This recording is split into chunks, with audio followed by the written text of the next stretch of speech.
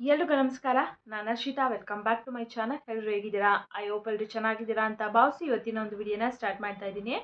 ಗೃಹಲಕ್ಷ್ಮಿ ಯೋಜನಾ ಫಲಾನುಭವಿಗಳು ಎಲ್ಲರೂ ಕೂಡ 23ನೇ ಕಂತಿನ ಹಣಕ್ಕೆ ಕಾಯ್ತಾ ಇದ್ದೀರಾ. ಇವತ್ತು ಬರುತ್ತಾ, ನಾಳೆ ಬರುತ್ತಾ, ಯಾವಾಗ ಬರಬಹುದು ಅಂತ ಹೇಳ್ಬಿಟ್ಟು ಖಂಡಿತವಾಗ್ಲೂ ಅದ್ರ ಬಗ್ಗೆ ನಿನ್ನೆ ಲಕ್ಷ್ಮಿ ಹೆಬ್ಬಾಳ್ಕರ್ ಮೇಡಮ್ ಲೇಟೆಸ್ಟ್ ಆಗಿ ಅಪ್ಡೇಟನ್ನು ಕೊಟ್ಟಿದ್ದಾರೆ. ಒಂದು ಗ್ರಾಮೀಣ ಪ್ರದೇಶದಲ್ಲಿ ಒಂದು ಸಮಾರಂಭದಲ್ಲಿ ಒಂದಿಷ್ಟು ಭಾಷಣನ ಮಾಡಿದ್ದಾರೆ. ಅಲ್ಲಿ ಕೆಲವೊಂದಿಷ್ಟು ಹೊಸ ಯೋಜನೆಗಳನ್ನ ಅಂದರೆ ಮಹಿಳೆಯರಿಗೋಸ್ಕರನೇ ಕೆಲವೊಂದಿಷ್ಟು ಮತ್ತಿಷ್ಟು ಹೊಸ ಯೋಜನೆಗಳನ್ನ ಜಾರಿಗೆ ತರ್ತಾ ಇದ್ದಾರೆ. ಅದ್ರ ಬಗ್ಗೆ ಹಾಗೆ 23ನೇ ಕಂತಿನ ಹಣ ಯಾವ ದಿನಾಂಕಕ್ಕೆ ಬಿಡುಗಡೆ ಮಾಡ್ತಾ ಇದ್ದಾರೆ ಅಂತ ಹೇಳ್ಬಿಟ್ಟು ಅದ್ರ ಬಗ್ಗೆನೂ ಕೂಡ ಮಾಹಿತಿನ ಕೊಟ್ಟಿದ್ದಾರೆ. ಅದ್ರ ಬಗ್ಗೆ ಕಂಪ್ಲೀಟ್ ಇನ್ಫಾರ್ಮೇಷನ್ನ ತಿಳಿಸ್ಕೊಡ್ತೀನಿ.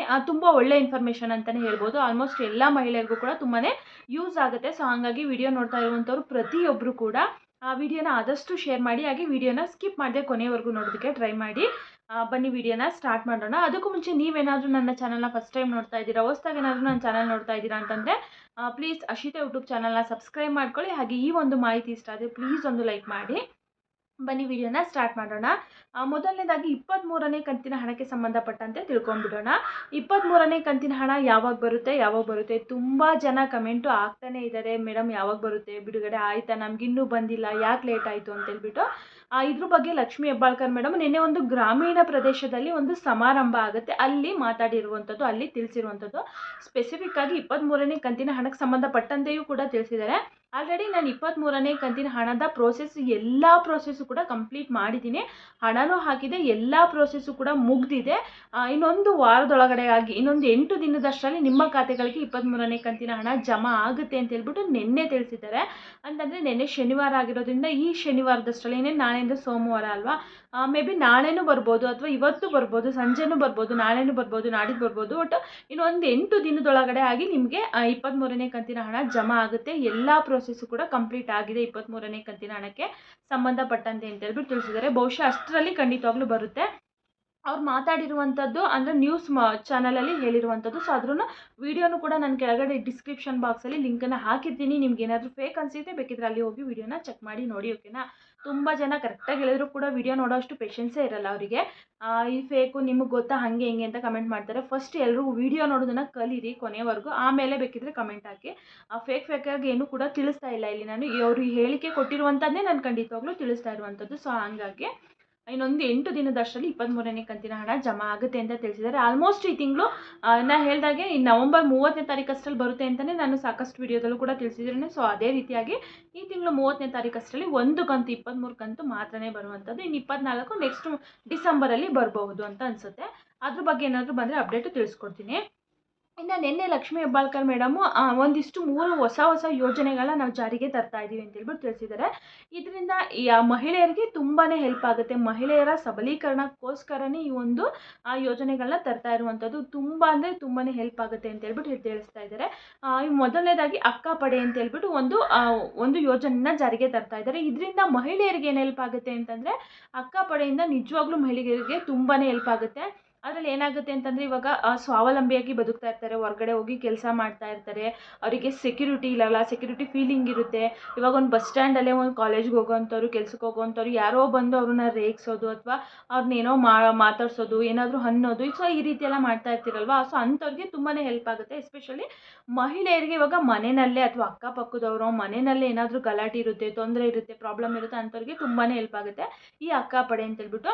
ಈ ಅಕ್ಕ ಪಡೆ ಅನ್ನೋದು ಒಂದು ಅಪ್ಲಿಕೇಶನನ್ನು ಮಾಡ್ತಾ ಇದ್ದಾರೆ. ಆ ಒಂದು ಅಪ್ಲಿಕೇಶನನ್ನು ನಾವು ಡೌನ್ಲೋಡ್ ಮಾಡ್ಕೋಬೇಕಾಗುತ್ತೆ, ಅಥವಾ QR ಕೋಡು ಕೂಡ ಬಿಡ್ತಾರೆ ಅಪ್ಲಿಕೇಶನ್ದು, ಅದನ್ನಾದರೂ ಕೂಡ ಮಾಡ್ಬೋದು. ಅಥವಾ ಮೊಬೈಲಲ್ಲಿ ನಂಬರನ್ನು ಕೂಡ ಕೊಡ್ತಾರೆ, ಆ ನಂಬರಿಗೆ ಕಾಲ್ ಆದರೂ ಮಾಡ್ಬೋದು ಅಥವಾ ವಾಯ್ಸ್ ಮೆಸೇಜ್ ಆದರೂ ಕೂಡ ಕಳಿಸ್ಬೋದು. ನಿಮಗೆ ಎಲ್ಲಿ ಏನೇ ತೊಂದರೆ ಆಗ್ತಿದ್ರು ಕೂಡ ಇಮಿಡಿಯೇಟಾಗಿ ಆ ಒಂದು ಅಪ್ಲಿಕೇಶನಲ್ಲಿ ನೀವು ತಿಳಿಸಿದರೆ ಇಮಿಡಿಯೇಟಾಗಿ ನೀವು ಎಲ್ಲಿರ್ತೀರ ಅಲ್ಲಿಗೆ ಅಕ್ಕ ಪಡೆ ಟೀಮು ಬಂದು ನಿಮಗೆ ಸೆಕ್ಯೂರಿಟಿನ ಕೊಡುತ್ತೆ. ಸೊ ಈ ರೀತಿ ಅಂತಂದರೆ ಒಂದು ರೀತಿ ಪೊಲೀಸ್ ಸೆಕ್ಯೂರಿಟಿನೇ ಆಯಿತು. ನೀವು ಇವಾಗ ಯಾವುದೇ ಮದುವೆ ಸಮಾರಂಭಕ್ಕೆ ಹೋಗಲಿ ಅಥವಾ ಯಾವುದೇ ಜಾತ್ರೆಗಳಿಗೆ ಹೋಗಲಿ, ಯಾವುದೇ ದೇವಸ್ಥಾನಗಳಿಗೆ ಹೋಗಲಿ, ಏನೇ ಒಂದು ಫಂಕ್ಷನ್ಗೆ ಹೋಗಲಿ, ಯಾವುದಾದ್ರೂ ಟೂರಿಸಮ್ ಪ್ಲೇಸಿಗೆ ವಿಸಿಟ್ ಮಾಡೋಕ್ಕೆ ಹೋಗಿದ್ದೀರಾ ಅಂತಂದರೆ ಎಲ್ಲ ಕಡೆಯೂ ಕೂಡ ನಿಮಗೆ ಅಕ್ಕ ಪಡೆ ನಿಮ್ಮ ಸೇಫ್ಟಿನ, ನಿಮ್ಮ ಸೆಕ್ಯೂರಿಟಿನ ನೋಡ್ತಾರೆ. ಸೊ ಹಾಗಾಗಿ ಇದರಿಂದ ತುಂಬಾ ಹೆಲ್ಪ್ ಆಗುತ್ತೆ ಮಹಿಳೆಯರಿಗೆ. ಈ ಒಂದು ಯೋಜನೆನ ಆದಷ್ಟು ಬೇಗ ಜಾರಿಗೆ ತರ್ತೀವಿ ಅಂತ ಹೇಳ್ಬಿಟ್ಟು ತಿಳಿಸಿದ್ದಾರೆ. ಇನ್ನು ನೆಕ್ಸ್ಟ್ ನೋಡೋದಾದರೆ, ಇನ್ನು ಇದು ಗೃಹಲಕ್ಷ್ಮಿ ಸಂಘ ಅಂತ ಹೇಳ್ಬಿಟ್ಟು ಮಾಡ್ತಾ ಇದ್ದಾರಲ್ವ, ಗೃಹಲಕ್ಷ್ಮಿ ಸ್ವಸಹಾಯ ಸಂಘ ಅಂತ ಹೇಳ್ಬಿಟ್ಟು, ಇದರಿಂದನೂ ಕೂಡ ಮಹಿಳೆಯರಿಗೆ ತುಂಬಾ ಹೆಲ್ಪ್ ಆಗುತ್ತೆ ಅಂತ ಹೇಳ್ಬಿಟ್ಟು ತಿಳಿಸ್ತಾ ಇದ್ದಾರೆ. ಇದರಲ್ಲಿ ಪ್ರತಿಯೊಬ್ಬರು ಕೂಡ ಲೋನ್ ಸಿಗುತ್ತೆ. ಇವಾಗ ಗ್ರೂಪೇ ಮಾಡ್ಕೋಬೇಕು, ಗ್ರೂಪಲ್ಲಿ ಇದ್ದರೆ ಮಾತ್ರ ಲೋನ್ ಸಿಗುತ್ತೆ ಅಂತ ಏನಿಲ್ಲ ಅಂತೆ. ನೀವು ಇಂಡಿವಿಜುವಲ್ ಲೋನು ಕೂಡ ಇದರಲ್ಲಿ ಕೊಡ್ತಾ ಇದ್ದಾರೆ. ನೀವು ಇಂಡಿವಿಜುವಲಾಗಿ ನೀವು ಗ್ರೂಪಲ್ಲಿ ಏನು ಸೇರ್ಕೊಳ್ಳಲ್ಲ ಅಂತಂದರೆ ನೀವು ಇಂಡಿವಿಜುವಲ್ ಆಗು ಕೂಡ ನೀವು ಲೋನನ್ನು ತೊಗೋಬೋದು. ಫಸ್ಟು ನೀವೇನು ಮಾಡಬೇಕಂತಂದರೆ ಕೆನರಾ ಬ್ಯಾಂಕಲ್ಲಿ ನೀವು ಗೃಹಲಕ್ಷ್ಮಿ ಸಂಘಕ್ಕೆ ಅಂತೇಳ್ಬಿಟ್ಟು 1,000 ರೂಪಾಯಿನ ಡೆಪಾಸಿಟ್ ಮಾಡಿ ಒಂದು ಅಕೌಂಟನ್ನು ಓಪನ್ ಮಾಡಿಸ್ಬೇಕಂತೆ. ಓಪನ್ ಮಾಡಿಸಿದ ನಂತರ ನಿಮ್ಮ ಹತ್ತಿರದಲ್ಲಿ ಅಂಗನವಾಡಿ ಇರುತ್ತಲ್ಲ, ಅಲ್ಲಿ ಹೋಗಿ ನಾನು ಈ ರೀತಿ ಗೃಹಲಕ್ಷ್ಮಿ ಸಂಘಕ್ಕೆ ಅಕೌಂಟನ್ನು ಓಪನ್ ಮಾಡಿಸಿದ್ದೀನಿ, ಸೇರ್ಕೋಬೇಕು ಅಂತ ಹೇಳಿದರೆ ಅವರು ನಿಮ್ಮ ಹೆಸರನ್ನ ತೊಗೊಂಡೋಗಿ ಮಹಿಳಾ ಮತ್ತು ಮಕ್ಕಳ ಕಲ್ಯಾಣ ಇಲಾಖೆಗೆ ಕೊಡ್ತಾರೆ. ನಿಮಗೆ ಇಂಟ್ರೆಸ್ಟ್ ಇತ್ತು ಗ್ರೂಪಲ್ಲಿ ಸೇರ್ಕೋತೀನಿ ಅಂದರೆ ನೀವು ಗ್ರೂಪಲ್ಲೂ ಕೂಡ ಸೇರ್ಕೋಬೋದಂತೆ. ಬಟ್ ಅಥವಾ ಬೇಡ ನನಗೆ ಇಂಟ್ರೆಸ್ಟ್ ಇಲ್ಲ, ನಾನು ಯಾರ ಜೊತೆಗೂ ಇಂಟ್ರೆಸ್ಟ್ ಆಗಲ್ಲ, ನಾನು ಸಿಂಗಲ್ ಆಗಿಬೇಕು ಅಂತಂದರೆ ನೀವು ಸಿಂಗಲ್ ಒಬ್ಬರೇ ಆದರೂ ಕೂಡ ನೀವು ಆ ಸಂಘಕ್ಕೆ ಸೇರ್ಕೋಬೋದು. ಇಲ್ಲಿ ಸೇರಿಕೊಂಡು ಪ್ರತಿ ತಿಂಗಳು ಕೂಡ ಕಡ್ಡಾಯವಾಗಿ 200 ರೂಪಾಯಿನ ಉಳಿತಾಯನ ಕಟ್ಕೊಳ್ತಾ ಹೋಗಬೇಕು. ನಾನು ಇದನ್ನು ಸುಮಾರು ಸರಿ ಹೇಳಿದ್ದೀನಿ. ಪ್ರತಿ ತಿಂಗಳು ಕಟ್ಟಿ ಮಿನಿಮಮ್ ಒಂದು 6 ಮಂತ್ ಆದರೆ ನೀವು ಕಟ್ಟಿದ್ದೀರಾ ಅಂತಂದರೆ ನಿಮಗೆ 6 ಮಂತ್ ಆದಮೇಲೆ ಲೋನ್ ಸಿಗೋದು. ಇವಾಗ ಇದೇ ತಿಂಗಳಲ್ಲಿ ನೀವು ಗೃಹಲಕ್ಷ್ಮಿ ಸಂಘಕ್ಕೆ ಸೇರ್ಕೊಂಡಿದ್ದೀರಾ, ಇದೇ ತಿಂಗಳಲ್ಲಿ 200 ರೂಪಾಯಿ ಕಟ್ಟಿದ್ದೀರಾ ಅಂದರೆ ನಿಮ್ಗೆ ಇದೇ ತಿಂಗಳು ಖಂಡಿತವಾಗ್ಲೂ ಲೋನ್ ಸಿಗೋದಿಲ್ಲ. ಗೃಹಲಕ್ಷ್ಮಿ ಸಂಘಕ್ಕೆ ಸೇರಿಕೊಂಡು ಮಿನಿಮಮ್ 6 ತಿಂಗಳಾದರೂ ಆಗಿರಲೇಬೇಕು ಅಂತಲೂ ಕೂಡ ತಿಳಿಸಿದ್ದಾರೆ. ಹಾಗೆ ಮತ್ತು ಮೆರಿಟ್ ಮೇಲೆ ಇದು ಆಟೋಮೆಟಿಕ್ ಕಂಪ್ಯೂಟರಲ್ಲೇ ಜನ್ರೇಟ್ ಆಗೋದಂತೆ ಲೋನು. ನೀವು ಅದೇ ರೀತಿ ಲಂಚ ಕೊಡೋದಾಗಲಿ ಅಥವಾ ನನಗೆ ಫಸ್ಟ್ ಮಾಡಿಕೊಡಿ ಆ ರೀತಿ ಇರೋದಿಲ್ಲ. ನೀವು ಎಷ್ಟು ಬೇಗ ಅಪ್ಲಿಕೇಶನ್ ಹಾಕ್ತೀರಾ ಅಷ್ಟು ಬೇಗ ನಿಮ್ಗೆ ಏನಾದರೂ 6 ತಿಂಗಳಾಯಿತು ಅಂದರೆ ನಿಮಗೆ ಆಟೋಮೆಟಿಕ್ಕಾಗಿ ಲೋನು ಕಂಪ್ಯೂಟರಲ್ಲೇ ಜನ್ರೇಟ್ ಆಗುತ್ತೆ, ನಿಮಗೆ ಆ ಅಕೌಂಟಿಗೆ ಬರುತ್ತೆ. ಹಾಗೆಯೇ ಕಟ್ಟೋದು ಕೂಡ ಅಷ್ಟೇ, ನೀವು ಅಕೌಂಟಲ್ಲೇ ಫೋನ್ಪೇ, ಗೂಗಲ್ ಪೇ ಅಥವಾ QR ಕೋಡು ಸ್ಕ್ಯಾನರ್ ಮುಖಾಂತರನಾದರೂ ಕಟ್ಬೋದು. ನೀವು ಬ್ಯಾಂಕಿಗೆ ಹೋಗಿ ಕಟ್ಟಬೇಕಂತೇನಿಲ್ಲ. ನಿಮಗೆ ಅವೆಲ್ಲ ಗೊತ್ತಿಲ್ಲ ಅಂದರೆ ಬ್ಯಾಂಕಿಗೆ ಹೋಗೂ ಕೂಡ ಕಟ್ಬೋದು. ಇದೊಂದು ರೀತಿ ತುಂಬಾ ಚೆನ್ನಾಗಿದೆ ಅಂತಲೇ ಹೇಳ್ಬೋದು. ಇವಾಗ ನೀವು ಬೇರೆ ಫಿನಾನ್ಸ್ಗಳಲ್ಲಿ ಏನಾದರೂ ಲೋನ್ ತೊಗೋತೀರಾ ಅಂತಂದರೆ ನಿಮಗೆ ಲೋನ್ ಆಗಲ್ಲ ಅಂತ ಹೇಳ್ತಾರೆ. ಅವಾಗ 1,000 2,000 ಕೊಡ್ತೀವಿ, ಲೋನ್ ಮಾಡಿಸ್ಕೊಡಿ, ಲಂಚ ಕೊಡ್ತೀವಿ. ಸೊ ಈ ರೀತಿ ಎಲ್ಲ ಹೇಳಬೇಕಾಗುತ್ತೆ. ಆಮೇಲೆ ನಿಮ್ದೇನೋ ತೊಂದರೆ ಇದೆ, ನಿಮಗೆ ಲೋನ್ ಆಗಲ್ಲ ಅಂತಾರೆ, ಹೆಂಗಾದರೂ ಮಾಡಿಸ್ಕೊಡಿ. ಸೊ ಈ ರೀತಿ ಎಲ್ಲ ಜನಗಳು ಕೇಳ್ತಾ ಇರ್ತಾರೆ. ಇದು ಆ ರೀತಿ ಆಗಿಲ್ಲ. ಗೃಹಲಕ್ಷ್ಮಿ ಸಂಘ ತುಂಬಾ ಡಿಫ್ರೆಂಟ್ ಅಂತಲೇ ಹೇಳ್ಬೋದು. ಇಲ್ಲಿ ಇಂಡಿವಿಜುವಲ್ ಆಗಿ ಪ್ರತಿಯೊಬ್ಬರಿಗೂ ಕೂಡ ಲೋನ್ ಸಿಗುತ್ತೆ. ನೀವು ಸಪ್ರೇಟಾಗಿ ಸೇರಿಕೊಂಡ್ರೂ ಸಿಗುತ್ತೆ, ಗುಂಪಲ್ಲಿ ಸೇರಿಕೊಂಡ್ರೂ ಸಿಗುತ್ತೆ.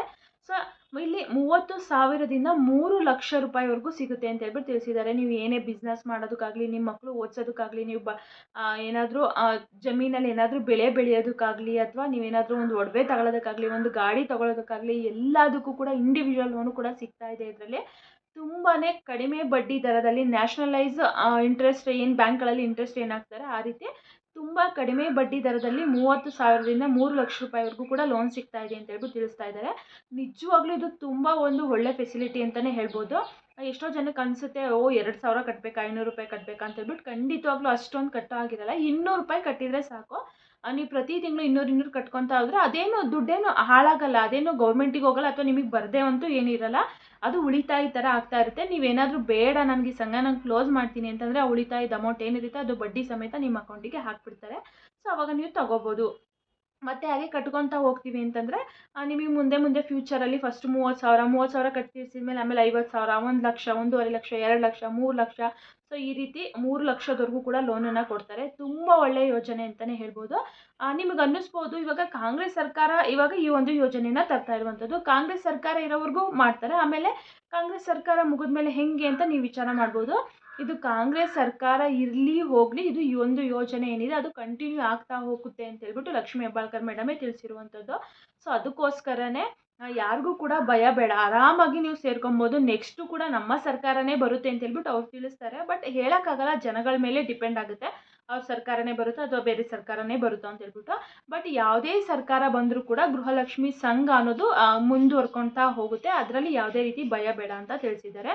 ಯಾಕಂತಂದರೆ ಇದು ಸರ್ಕಾರಿ ಯೋಜನೆಯಾಗಿ ಮಾಡ್ತಾರಲ್ಲ, ಅದೊಂದು ರೀತಿ ಸರ್ಕಾರಕ್ಕೆ ಸೇರ್ಕೊಂಡ್ಬಿಡುತ್ತೆ. ಸರ್ಕಾರಕ್ಕೆ ನೆಕ್ಸ್ಟು ಯಾವ ಗೌರ್ಮೆಂಟ್ ಬರುತ್ತೆ ಅವರು ಕೂಡ ಕಂಟಿನ್ಯೂ ಮಾಡ್ಕೊಂಡು ಹೋಗ್ತಾರೆ. ಅದರಲ್ಲಿ ಏನು ಭಯ ಇಲ್ಲ. ಇವಾಗ ಕ್ಲಿಯರಾಗಿ ಗೊತ್ತಾಯ್ತು ಅಂದ್ಕೊತೀನಿ. ಹಾಗೆ ಇಲ್ಲಿ ಡಾಕ್ಯುಮೆಂಟ್ಸು ನೋಡೋದಾದರೆ ಡಾಕ್ಯುಮೆಂಟ್ಸು ಕೂಡ ತುಂಬ ಏನಿಲ್ಲ ಅಂತೆ. ಗೃಹಲಕ್ಷ್ಮಿ ಯೋಜನೆಗೆ ಅಪ್ಲಿಕೇಶನ್ ಏನು ಹಾಕಿರ್ತೀರ ಆ ಒಂದು ಅಪ್ಲಿಕೇಶನ್ ಹಾಕಿದಾಗ ಅಕ್ನಾಲೆಜ್ಮೆಂಟ್ ಕೊಟ್ಟಿರ್ತಾರಲ್ಲ ಅದೊಂದು ಅಕ್ನಾಲೆಜ್ಮೆಂಟು, ಹಾಗೆ ನಿಮ್ಮ ಆಧಾರ್ ಕಾರ್ಡು, ಇಷ್ಟೇ ಸಾಕು, ಇನ್ನೇನು ಬೇಡ ಅಂತ ಹೇಳಿದ್ದಾರೆ. ಹಾಗೆ ಮೆರಿಟ್ ಮೇಲೆ ಲೋನ್ ಸಿಗುವಂಥದ್ದು. ನೀವು ಎಷ್ಟು ಬೇಗ ಅಪ್ಲಿಕೇಶನ್ ಹಾಕ್ತೀರಾ ಅಷ್ಟು ಬೇಗ ನಿಮಗೆ ಲೋನ್ ಸಿಗುತ್ತೆ.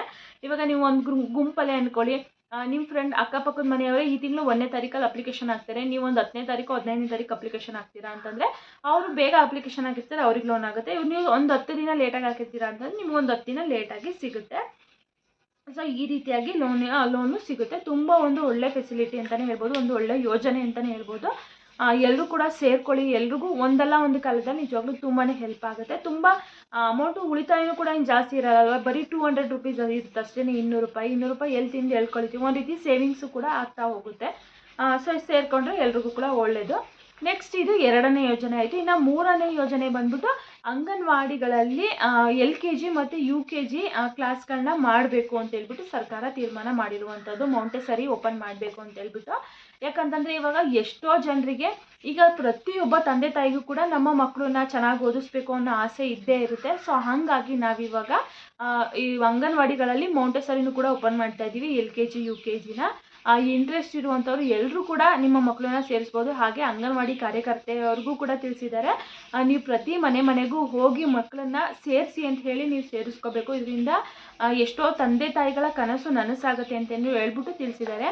ಹಾಗೆ ಇನ್ನು ಮಹಿಳೆ ಅಂಗನವಾಡಿನಲ್ಲಿ ಕೆಲಸ ಮಾಡೋ ಅಂಥವ್ರಿಗೂ ಕೂಡ ಮುಂದೆ ಹಿಂದಿನ ಟೈಮಲ್ಲಿ ತುಂಬ ಕಡಿಮೆ ಸಂಬಳ ಬರ್ತಾಯಿತ್ತು. 600 ರೂಪಾಯಿಂದ ಇವಾಗ 12,000 ರೂಪಾಯಿವರೆಗೂ ಕೂಡ ಬಂದಿದೆ ಸ್ಯಾಲ್ರಿ. ಇನ್ನು ಮುಂದೆ ಹೆಚ್ಚಿಗೆ ಮಾಡ್ತೀವಿ ಅಂತಲೂ ಕೂಡ ತಿಳಿಸಿದ್ದಾರೆ. ಸೊ ಈ ಒಂದು 3 ಯೋಜನೆಗಳ ಬಗ್ಗೆ ತುಂಬ ಸ್ಪೆಸಿಫಿಕ್ ಆಗಿ ಮಾತಾಡಿದ್ದಾರೆ. ಹಾಗೆ ಗೃಹಲಕ್ಷ್ಮಿ 23ನೇ ಕಂತು ಕೂಡ ಇನ್ನೊಂದು ವಾರದೊಳಗಡೆಗಾಗಿ ಇನ್ನೊಂದು 8 ದಿನದಷ್ಟರಲ್ಲಿ ಖಾತೆಗಳಿಗೆ ಜಮಾ ಆಗುತ್ತೆ ಅಂತ ಹೇಳ್ಬಿಟ್ಟು ತಿಳಿಸಿದ್ದಾರೆ. ಐ ಹೋಪ್ ಈ ಮಾಹಿತಿ ಕ್ಲಿಯರ್ ಆಗಿ ಎಲ್ರಿಗೂ ಕೂಡ ಗೊತ್ತಾಯಿತು ಅಂದ್ಕೊತೀನಿ. ನಿಮ್ಗೆ ಏನೇ ಡೌಟ್ಸ್ ಇದ್ರೂ ಕೂಡ ಕಮೆಂಟ್ ಮಾಡಿ. ಹಾಗೆ ಈ ಒಂದು ಮಾಹಿತಿ ಇಷ್ಟ ಆದರೆ ಪ್ಲೀಸ್ ಲೈಕ್ ಮಾಡಿ. ನನ್ನ ಚಾನಲ್ನ ಇನ್ನೂ ಸಬ್ಸ್ಕ್ರೈಬ್ ಮಾಡ್ಕೊಂಡಿಲ್ಲ ಅಂದರೆ ಪ್ಲೀಸ್ ಸಬ್ಸ್ಕ್ರೈಬ್ ಮಾಡ್ಕೊಳ್ಳಿ. Thank you for watching.